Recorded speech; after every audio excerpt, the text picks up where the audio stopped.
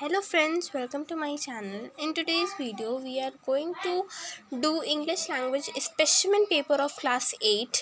So ये paper है, ठीक है, और इसका जो फॉर्मेट है वो काफ़ी हद तक जो 10th का फॉर्मेट होता है ICSE का वैसा ही है। तो जैसे कि सबसे पहले कॉम्पोजिशन, जैसे कि राइटिंग स्किल होता है आपका ग्रुप ए में, जहाँ पे you have to write composition, letter writing, email and then जैसे कि इस पर्टिकुलर PDF में तो कॉम्प्रहेंशन जो है वो एंड में दिया गया है। एंड इसके बाद आपका ग्रामर पोर्शन और थोड़ा ग्रुप सी में जैसे कि ट्रांसफॉर्मेशन वाला जो सेंटेंसेस होता है वो। तो यहाँ पे सबसे पहले जैसे कि है कॉम्पोजिशन लिखना। तो कॉम्पोजिशन में जैसे कि डिफरेंट टाइप्स के कॉम्पोजिशन मिलते हैं। सबसे पहले है नरेटिव, कि आपको नरेट करना है एक इंसिडेंट जहाँ पे आपको टाइम का वैल्यू के बारे में पता चला। So in this particular essay you have to write that an incident that really helped you to realize that how valuable actually time is। तो आप बता सकते हो कि आपका कभी कुछ बहुत इम्पोर्टेंट आपको कुछ सबमिट करना था प्रोजेक्ट वगैरह जिसमें आपको बहुत ज़्यादा मार्क्स मिलने वाले थे, बट जो टाइम नहीं मिल पाया आपको, जिसकी वजह से ये हुआ, तो आप उसको प्रॉपर टाइम में सबमिट नहीं कर पाए, तो उससे आपका बहुत ज़्यादा मार्क्स चला गया। या फिर आप कोई और चीज़ लिख सकते हो, कहीं जाना था, कुछ करना था, लेकिन फिर टाइम प्रॉपरली मैनेज नहीं हुआ, जिसकी वजह से you have to face a lot of loss, जिसके बाद आपको पता चला कि हाउ वैल्यूबल टाइम इज़। तो वो आप यहाँ पे इंसिडेंट नरेट कर सकते हो। Then describe your experience at an old age home, यानी कि आप एक ओल्ड एज होम में गए और आपको बताना है कि आपका क्या एक्सपीरियंस रहा, आपने वहाँ क्या देखा, क्या विटनेस किया, क्या आप और कर सकते हो वहाँ का जो सिचुएशंस है उसको और ज़्यादा बेटर करने के लिए, ठीक है। इसके बाद फिर आप बता सकते हो कि वहाँ पे क्या था, नहीं था, कैसा सब चल रहा था, वगैरह वगैरह। Personally, if you will ask me, I will not recommend until and unless your vocabulary and your way of writing is very good, that आप नरेटिव या डिस्क्रिप्टिव ऐसे लो। और क्योंकि जब आपको नरेट करना रहता है या फिर जब आपको डिस्क्रिप्टिव ऐसे लिखना रहता है, तो आपको उसमें ऐसे वर्ड्स का इस्तेमाल करना रहता है, फिर आपको थोड़ा सा थिंकिंग प्रोसेस, उसमें फ़्लो भी बहुत मैटर करता है। सो इसी वजह से if you will ask me, I will not recommend you to take narrative और descriptive. I personally believe that argumentative are the best type of essay, but if you are comfortable, if you like doing, then go for it। but narrative is a kind of essay जो कि ज़्यादातर choose नहीं करना चाहिए। भले descriptive आप कर सकते हो, but narrative is something, but if you are comfortable, if you like writing narrative essay, if you get marks, then absolutely you can write। इसके बाद है write a story beginning with a line I wanted to scream but. तो ये एक है कि आपको दिया हुआ है कि आपको इस लाइन से स्टार्ट करना है और आपको फिर उसको फर्दर उस लाइन को बढ़ाते हुए एक पूरा स्टोरी लिखना है। तो आई वॉन्टेड टू स्क्रीम, कुछ हुआ, ठीक है, बट सपोज़ आप कहीं गए, वहाँ पे कुछ रॉबरी वगैरह हुआ, तो आप चिल्लाना चाहते थे पर आप नहीं चिल्ला पा रहे थे, क्योंकि देख के कि वहाँ पे वो जो रॉबर है वो खड़े हैं, तो he can do anything at any movements, you can scream out loud. या फिर कोई और सिचुएशन बना के आप बता सकते हो कि ये था। इसके बाद है बेस्ट, जो मुझे लगता है आर्ग्यूमेंटेटिव, दैट एवरी, यहाँ पे टॉपिक दिया हुआ है कि every house should have a pet. Now give your views for और against the statement every house should have a pet. इस पर आपको बोलना है कि क्या होना चाहिए, नहीं होना चाहिए। और इसी टाइप का सिमिलर काइंड ऑफ 2023 के पेपर में भी आया था 2003 या फिर 2004 स्पेसिफिक पेपर जो ICSE का है, उसमें भी आया था कि पेट नेसेसरी इन होम्स। तो सिमिलर काइंड ऑफ टॉपिक है ये भी। आपको पेट्स के बारे में लिखना है कि वो नेसेसरी हैं, नहीं है। अगर हैं तो उसके लिए आप कुछ पॉइंट्स लिखोगे, अगर नहीं है तो उसके लिए, लेकिन एटलीस्ट 4 से 5 पॉइंट्स आपको एक एक करके बताना है, उसको डिस्क्राइब करना है और देन यू कैन राइट। तो ये आप तभी लो जब आपको 3 से 4 पॉइंट्स पता है उस टॉपिक के बारे में, and you could write in that in proper manner.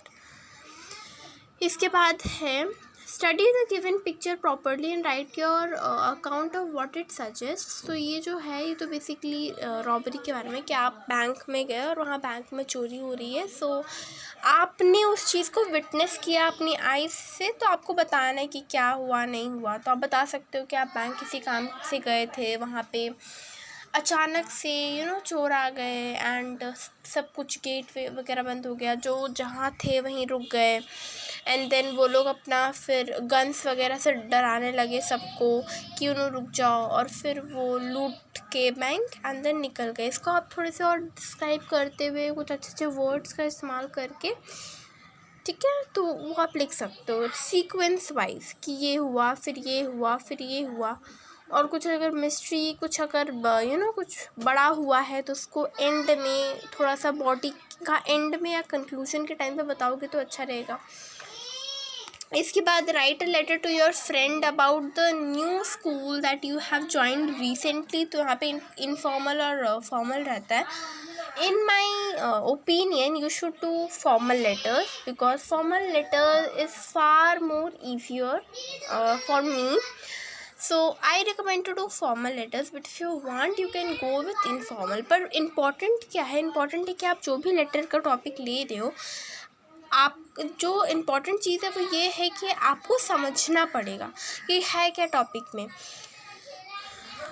ठीक है। Until unless you are not clear कि टॉपिक में आपको बोला क्या गया है लिखने के लिए, उस टॉपिक को मत लीजिए, because if you have option so make sure you use those options which you are getting. So आपको या तो लेटर लिखना है अपने फ्रेंड के बारे में जो कि अभी हाल ही में एक न्यू स्कूल ज्वाइन किए हैं, और या फिर आप लेटर लिख सकते हो एडिटर ऑफ अ न्यूज़पेपर को regarding the deplorable condition of the historical monuments in your city. आपकी सिटी में कोई हिस्टोरिकल मॉन्यूमेंट है, उसका जो कंडीशन है वो उतना अच्छा नहीं है, तो उसके बारे में बताने के लिए आप एडिटर को लेटर लिख सकते हो कि उन्हें ऐसा है, उसको किस तरह से ठीक किया जा सकता है, और फर्दर फ्यूचर में ऐसा ना हो उसके चलते भी कुछ स्टेप्स लिया जाए, ठीक है, ऐसे करके। अब आता है ग्रुप बी। तो ग्रुप बी में आपका सबसे पहला है कि आपको ब्रैकेट से देख के and you have to write, okay. So first is the farmer is ploughing the field. आपको द फील्ड से स्टार्ट करना है, मतलब आपको वॉइस चेंज करना है। So if you want any separate video for all the rules and regulations of voice narration या कोई भी टॉपिक, तो आप मुझे बता सकते हो, ठीक है। यहाँ पे सबसे पहले आपको जिसकी the field is being प्लोड by the farmer, यानी कि आपका यहाँ पे द फील्ड जो कि ऑब्जेक्ट है वो सब्जेक्ट बन जाएगा। इज़ प्लॉइंग है यानी कि प्रेजेंट कंटिन्यूस में है, तो वो वॉइस में पास्ट कंटिन्यूस वहाँ पे इस के साथ बीइंग लग जाएगा, ठीक है। तो या the field is being ploughed by the farmer. Verb 3, if you finish your work on time you will not be punished. you have to use unless, ठीक है, unless आपको ज्वाइन करना है, तो unless you finish your work on time you will not be punished. simple as that. Punit is a good painter. add a question tag. ना question tag का मतलब होता है कि आपको उससे ही, यानी कि उसको तो वही सेंटेंस रखना ही है पर उसके वर्ब के साथ क्वेश्चन बनाना है। जैसे कि Puneet is a good painter, full stop, isn't he question mark, ठीक है। तो isn't he IS apostrophe NT comma he, ठीक है। He knew who had committed the murder, yet he did not say a word. आपको यहाँ पे conjunction although का इस्तेमाल करना है। So although he knew who had committed the murder, yet he did not say a word. Then Priyanka is the most intelligent girl in the class. आपको ये क्या है, the most intelligent, that is superlative. Superlative को आपको positive degree में convert करना है। So no other girl in the class is as intelligent as Priyanka. इसके बाद Noor Jahan was beautiful so she was famous, यानी कि नूर जहाँ ब्यूटिफुल थी इसी वजह से वो फेमस थी। आपको इसको स्टार्ट करना है इस लाइन से कि नूरजहाँ वाज फेमस फॉर, किस लिए थी, ब्यूटी के लिए। Noorjahan was famous for her beauty. The teacher said to the students, finish your work by tomorrow. The teacher told the students to finish their work by the next day. यहाँ पे जो rules होते हैं उसका आपको ध्यान रखना है, क्योंकि यहाँ पे finish your work by tomorrow एक इम्परेटिव सेंटेंस है। जैसे यहाँ पे कनेक्टर टू रहेगा, सेट टू है तो हम लोग को यहाँ पे दिया ही है कि टोल्ड हो जाएगा। तो to finish your work by next day, tomorrow next day में चेंज हो जाएगा, ठीक है। और क्योंकि यहाँ पे आपका finish your work by tomorrow ये प्रेजेंट टेंस में है, तो इसमें अब फ़िलहाल जैसे कि हम लोग बात करें कि कल तक कंप्लीट चाहिए, तो टेंस में कोई रूल चेंज नहीं होगा क्योंकि प्रेजेंट और फ्यूचर का सेंस दे रहा है। Okay, next is unless you work hard you will not pass. So आपको यहाँ पे लिखना है if. So if you will not work hard you will not pass, यानी कि यहाँ पे अनलेस से है, आपको यहाँ पे इफ़ का इस्तेमाल करना है। Then Sneha is too short to reach the fan, यहाँ पे आपको टू को रिमूव करना है। So you have to use so that, pairing conjunction. Sneha is so short that she cannot reach the fan. The gardener is watering the plant. Again यहाँ पे आपको voice change करना है। The plant is being watered by the gardener. इसके बाद है verbs को bracket में करना, ठीक है।